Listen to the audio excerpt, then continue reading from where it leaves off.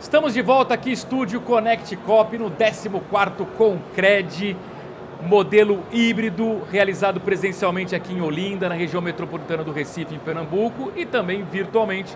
Você aí de casa nos acompanha, prestigia as principais palestras, as principais plenárias, e já sabe que nos intervalos tem sempre uma entrevista interessante aqui no nosso estúdio Connect Cop. Tenho a honra de receber agora aqui Rivadavia Drummond, ele que é professor da Carey School Business da Universidade Estadual do Arizona e também conselheiro independente da Vitro. Rivadavia, seja bem-vindo, tudo bem? Obrigado, prazer estar aqui com vocês. Você veio para fazer uma palestra sobre inovação e governança corporativa. É isso. Se ele pudesse resumir, em poucas palavras, em poucos minutos, qual é a sua mensagem central para o público do Concred? É entender que inovação não é fazer iPad ou fazer Tesla, mas entender que 80% dos investimentos de inovação de qualquer organização são para melhoria contínua e inovação incremental, ou seja, é fazer melhor aquilo que você já faz, né? E no campo da governança, entender dois aspectos principais da governança. É importante separar a propriedade e gestão. Esse é um ponto que eu gosto de enfatizar bastante. E a governança zela pelo que nós chamamos de conflitos de agência, evitar comportamentos oportunistas de agentes em nome do principal. Eu acho que essa é a mensagem. Bacana. Então eu vou começar pela governança, daqui a pouco tem uma pergunta de inovação também. Quando a gente fala de cooperativismo financeiro, há um esforço do setor de se diferenciar, por exemplo, dos bancos, mostrando que a prioridade aqui no cooperativismo não é o lucro pelo lucro, é colocar as pessoas no centro do negócio, atender o associado não como um cliente, mas como alguém que faz parte do negócio. De que forma isso, na sua opinião, influencia a governança corporativa? Eu acho que o momento da governança é entender que uma coisa são os donos e outra coisa é a boa gestão. É preciso caminhar cada vez mais para profissionalizar a gestão e ter os profissionais mais preparados para entregar valor para o cliente, para colocar o cooperado no centro do negócio, etc, etc. Não é tarefa fácil no Brasil. A gente sabe que muitos fundadores acham que eles e seus descendentes, os apontados por eles, devem estar na gestão. Mas isso não é verdade em lugar nenhum do mundo mais e é preciso caminhar para essa nova realidade. Vamos separar a propriedade e gestão, vamos ter um corpo diretivo preparado para entregar o melhor resultado e, como eu falei, colocar o cooperado no centro das decisões, no centro dos negócios. Boa. Agora, Rivadavia, inovação. Gostei muito da sua fala inicial, né? Não é criar um iPhone novo, um Tesla, né? A inovação às vezes está nas pequenas coisas. Lançar foguete, né? Exato, ir para a Lua, para Marte. Nada disso. Agora, a gente está num momento econômico, eu sou um cara mais da economia, em que assim, tem uma obsessão nas empresas em geral, que é a questão de custo. O custo está muito elevado para todo mundo. E eu tenho até dito que muitas vezes uma boa inovação está até numa forma de fazer o que você já está acostumado a fazer, num formato mais eficiente, que inclusive gere redução de custos. Sim, sem dúvida. Né? Há uma grande área de estudos, que não é nenhuma novidade. Eu morava na China em 2011, né, e continuo trabalhando como professor visitante na China. E a China discute inovação de custos há anos, quer dizer, há décadas. Quer dizer, é fazer melhor e com custo menor. Pra você ter uma ideia, todo mundo tem um forno de micro-ondas em casa, quase todo mundo, né? Vamos corrigir aqui. Mas 58% dos componentes de todos os fornos de micro-ondas do mundo são chineses, Gallans, e duram às vezes 10, 15 anos. Então a China vem provando que inovação em custo é um negócio que funciona. E legal você ter falado em economia, né? A minha briga com a turma toda dos MBAs nos Estados Unidos, no Brasil, com os executivos, é que ninguém sabe economia. E microeconomia é a base de tudo que a gente está discutindo aqui. Inovação, finanças, marketing, quer dizer, é preciso compreender os fundamentos para fazer melhor o que você tem que fazer. Inovar custa caro? Não inovar custa mais caro, né?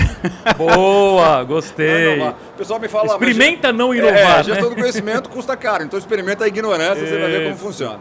Agora, eu acho que é preciso desmistificar essa questão da inovação, né? Não é só sobre startups, não é só sobre gênios individuais trabalhando na garagem, muito pelo contrário, inovação é esporte de contato. E não tem idade, é coisa de jovem, não. Eu acho que em alguns momentos inovação demanda experiência. E um conceito que eu gosto de enfatizar é o seguinte: quando o assunto é inovação, esqueça a tecnologia, esqueça os atributos do produto e tenta responder uma pergunta que é complexa e difícil. Meu avô dizia que para toda pergunta complexa e difícil tem sempre uma resposta rápida, simples, fácil e 99% das vezes errada, né? A pergunta é a seguinte: qual é o problema que o seu cliente ou prospect está tentando resolver? quais são as tarefas que o cliente está tentando executar e como é que você, inovador, empreendedor, pode ajudá-lo de forma lucrativa para você, é claro, tornando a vida dele mais fácil, rápida, simples, barata, eficiente, divertida, etc. Essa é a grande questão. Então, eu não espero que nenhuma cooperativa, nenhum inovador consiga inovar sentado na cadeira lá dentro. É preciso sair, é preciso gerar insights sobre problemas que valham a pena ser resolvidos, porque a gente sabe que nem todo problema vale a pena ser resolvido, e testar as possibilidades. Eu gosto de trazer a discussão de metodologias ágeis para o processo, que é o quê? Que é poder racionalizar os recursos da companhia. Inovar não é quebrar a companhia usando todos os recursos, mas de forma inteligente, fazendo pequenos testes ao longo da caminhada. Rivadavia, tem uma questão que eu já ouvi, opiniões bem divergentes, e eu quero saber a sua. Quando a gente fala de inovação dentro do setor privado, por exemplo. Tem gente que defende o seguinte, a melhor chance de uma empresa conseguir inovar é criar um departamento específico, junto um grupo de mentes brilhantes lá, e de lá certamente vai sair uma grande ideia. E daí a gente fala o seguinte, não, você tem que, na verdade, disseminar a cultura de inovação na empresa inteira, que às vezes a melhor ideia vai estar na portaria, vai estar na cozinha. Qual a sua opinião? Olha, eu acho que é o seguinte, o meu medo ao se criar um departamento de inovação, a gente estuda muito essa questão de estratégia e estrutura. Todo mundo gosta de falar de estratégia, mas ninguém discute estrutura. Eu acho que quando você cria um departamento, você pode ter um efeito marginal não desejado, uma externalidade, digamos assim, que é o seguinte, eu estou dividindo a companhia em duas classes de cidadãos corporativos. Os que se divertem na inovação e os caras que carregam o piano e trabalham. Eu acho que para estruturar a inovação, eu pensaria em recrutamento amplo.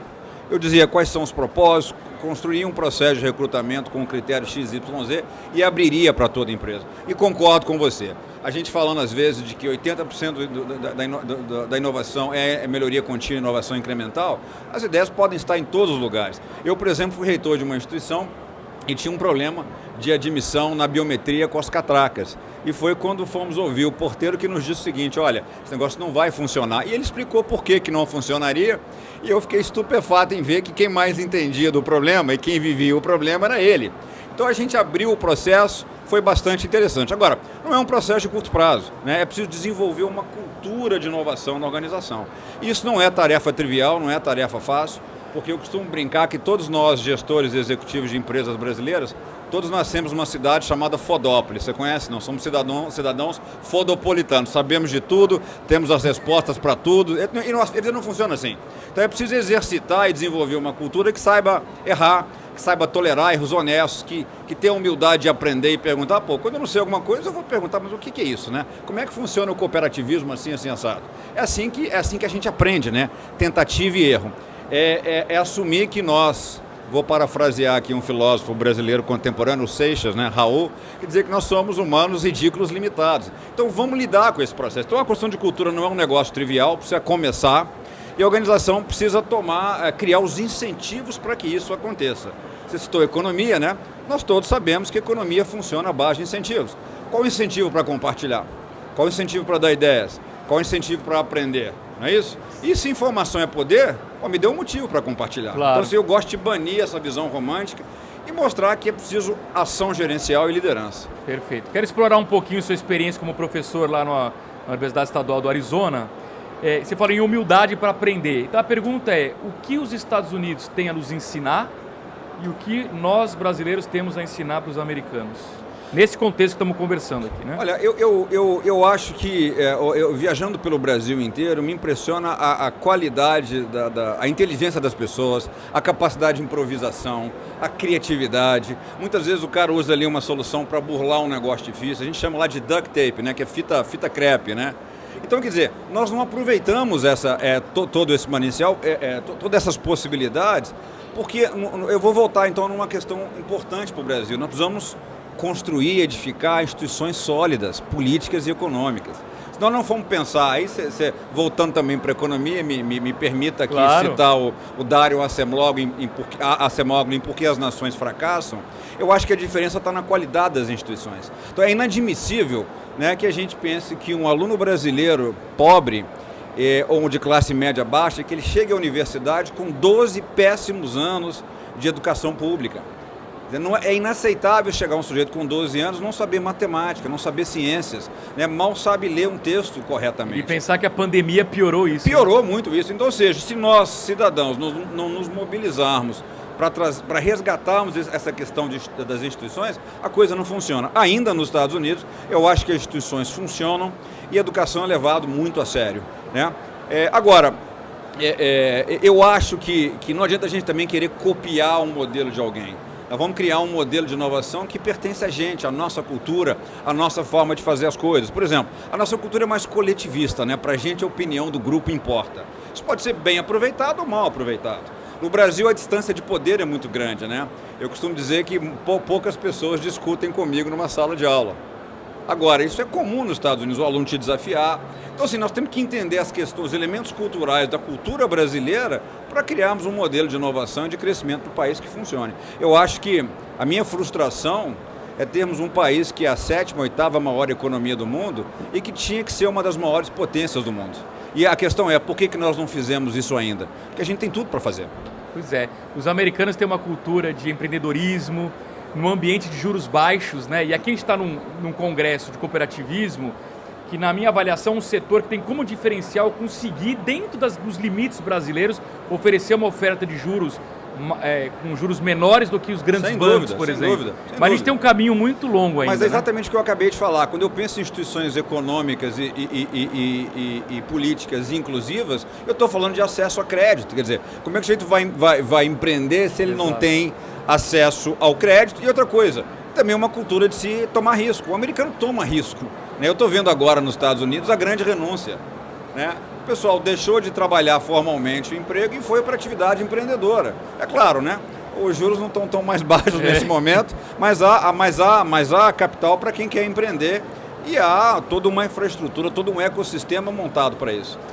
Perfeito. Rivadavia, a gente tem todo mundo que vem aqui no estúdio Connect Cop nos ajuda numa nuvem de palavras, completando a seguinte frase: cooperativismo financeiro é 3 palavras que definam, na sua visão, o que é cooperativismo financeiro e por quê.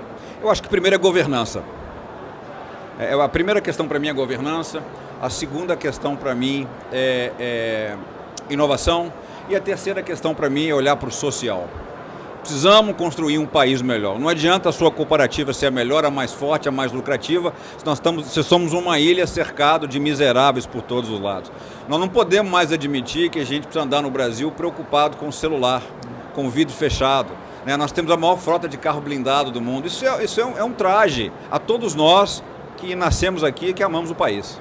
Muito bem, Rivadavia Drummond, professor da Carey School Business da Universidade Estadual do Arizona, conselheiro independente da Vitro. Prazer tê-lo aqui no estúdio Connect Cop. Igualmente, obrigado, ótimo papo.